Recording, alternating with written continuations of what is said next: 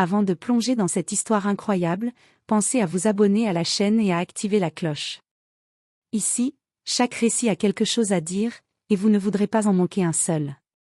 Chicago était plongé dans la chaleur étouffante d'un après-midi d'été. Dans le quartier de Hyde Park, un ado noir nommé Jason Williams, âgé de 16 ans, profitait de quelques heures de liberté avant le début de la semaine scolaire. À ses côtés, Rex, son berger allemand de 2 ans, gambadait joyeusement dans le jardin arrière, reniflant chaque coin, jouant avec un vieux ballon de football usé et aboyant de bonheur. Pour Jason, Rex n'était pas juste un chien, c'était son confident, son ami fidèle et le gardien de ses secrets d'adolescent. Le calme du quartier était trompeur. La tension entre certains habitants et la police locale était palpable depuis des semaines, à cause de contrôles jugés arbitraires et de bavures trop fréquentes. Dans ce contexte, l'agent de police Mark Henderson, un vétéran de la force de 42 ans, patrouillait dans la rue principale. Henderson était connu pour sa fermeté, mais aussi pour son tempérament impatient et ses préjugés subtils contre les jeunes noirs du quartier. Ce jour-là, Henderson repéra Jason et Rex dans le jardin. À cause d'un malentendu, le chien avait bondi vers la rue en aboyant lorsqu'un voisin avait fait un bruit soudain. Henderson, déjà sur les nerfs, interpréta la situation comme une menace. Sans prévenir, et sans réfléchir aux conséquences, il pointa son arme vers Rex et fit feu. Le coup de feu résonna dans toute la rue. Rex s'effondra instantanément. Jason hurla, le cœur brisé, courant vers son chien, incapable de comprendre ce qui venait de se passer. Les voisins accoururent, choqués et silencieux. Jason, en larmes, tomba à genoux à côté de son compagnon mort. Mais ce que Henderson ignorait complètement, c'est que le père de Jason, Michael Williams, n'était pas un simple citoyen. Michael était un agent du FBI, spécialisé dans les enquêtes sur les crimes violents et la corruption policière. Homme respecté et redouté dans son domaine, il avait passé sa vie à protéger la justice et à faire respecter la loi. Ce jour-là, il était en déplacement à Washington pour une affaire urgente, mais le drame allait bientôt le ramener dans son quartier natal. Ce simple acte, motivé par la peur et les préjugés, allait déclencher une série d'événements que personne n'aurait pu prévoir. Une confrontation entre justice personnelle et loi officielle, entre colère et responsabilité, venait de commencer. Michael Williams était en réunion à Washington lorsqu'il reçut l'appel qui allait bouleverser sa journée. Au téléphone, la voix tremblante de sa mère lui annonça d'une traite. « Michael, c'est Jason. Rex, le chien, la police. » Le reste de l'information fut flou, mais Michael comprit immédiatement l'essentiel. Son fils, son petit garçon de 16 ans, venait de perdre Rex, abattu par un policier. Le sang lui monta au visage. Le monde sembla s'arrêter. Il raccrocha, son cœur battant à tout rompre. Les années de discipline et de contrôle qu'il avait inculquées à Jason n'étaient rien face à cette injustice. Sans réfléchir, Michael prit le premier vol pour Chicago. Pendant le trajet, il repassa chaque scénario dans sa tête. Comment un simple chien, loyal et affectueux, avait-il pu provoquer un acte aussi irréfléchi?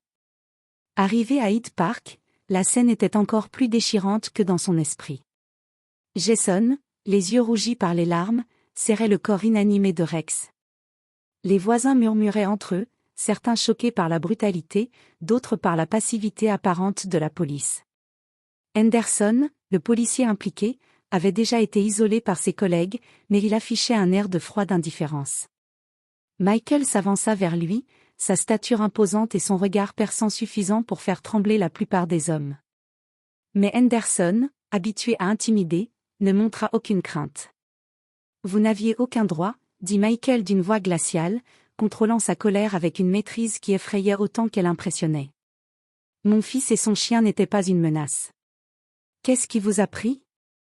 Henderson haussa les épaules, comme pour banaliser l'acte. « Le chien a bondi vers moi. Je devais protéger ma sécurité. » Michael sentit une rage incontrôlable monter en lui. Les mots d'Henderson résonnaient comme un affront direct à sa famille et à sa vie de père. Mais au lieu de perdre le contrôle sur place, il prit une décision consciente, la justice passerait par lui, mais légalement, intelligemment et impitoyablement. Ce jour-là, dans le quartier de Hyde Park, une tension nouvelle s'installa. Michael savait que ce simple acte, abattre Rex, allait déclencher une bataille entre un père déterminé et un système qui ne tolère pas qu'on défie ses agents, même les plus corrompus ou imprudents. Ce fut le début d'une chasse à la vérité, où Michael allait utiliser tout son savoir-faire d'agent du FBI pour faire payer Henderson, tout en protégeant son fils de la spirale de violence qui menaçait de les engloutir. Michael ne pouvait pas se permettre d'agir à chaud. En tant qu'agent du FBI, il savait que la colère aveugle pouvait le faire tomber dans le piège de l'illégalité.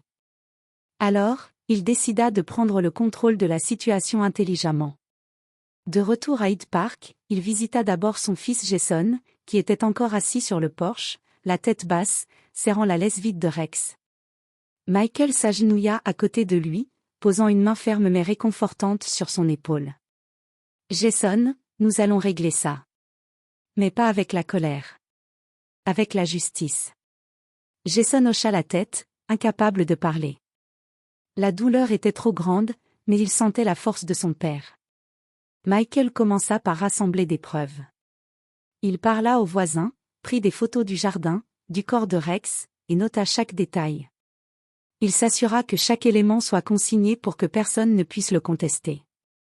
Il savait que Henderson, en tant que policier, tenterait de minimiser ses actes. Puis Michael contacta discrètement un collègue de confiance au FBI, l'agent Samantha Reed, spécialisé dans les enquêtes internes sur la police.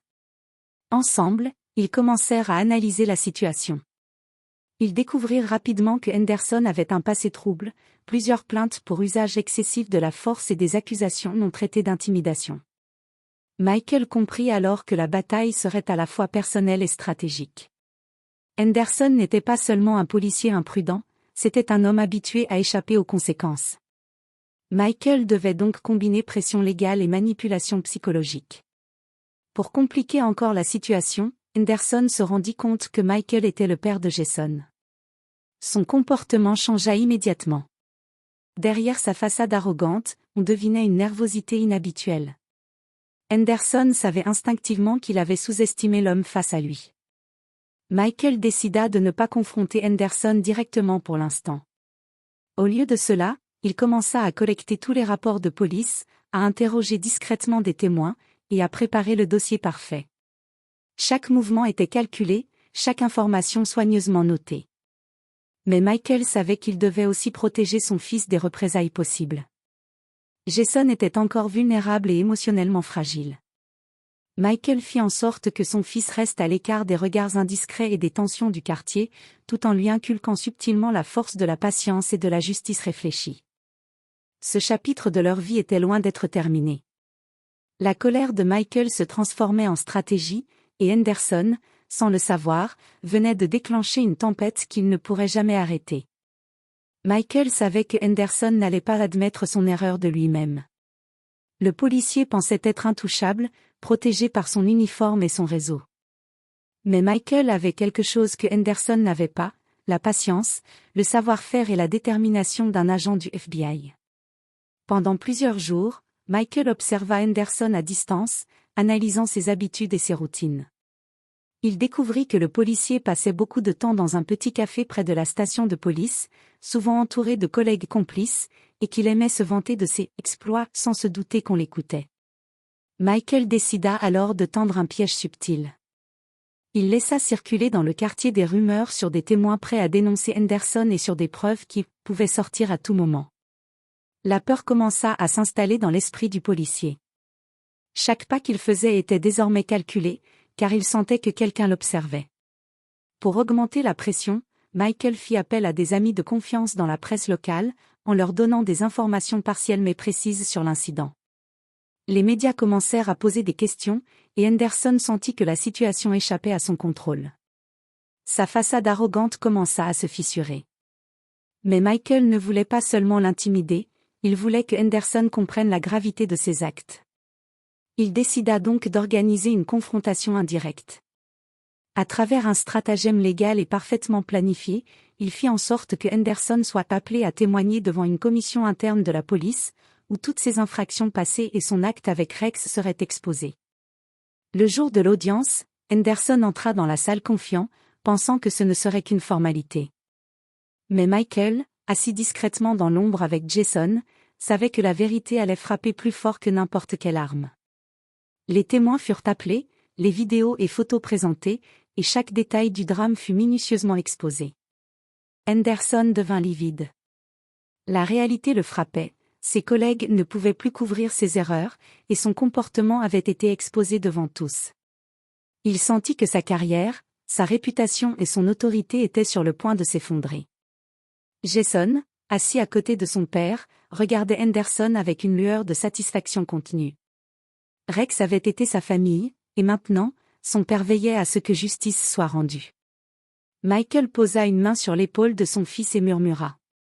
La justice ne consiste pas à détruire quelqu'un par colère, Jason. Elle consiste à s'assurer que la vérité triomphe. Et dans cette salle, Henderson comprit enfin qu'il avait sous-estimé le père de ce garçon, et que la tempête qu'il avait déclenchée en abattant Rex ne faisait que commencer à le frapper. L'audience interne battait son plein.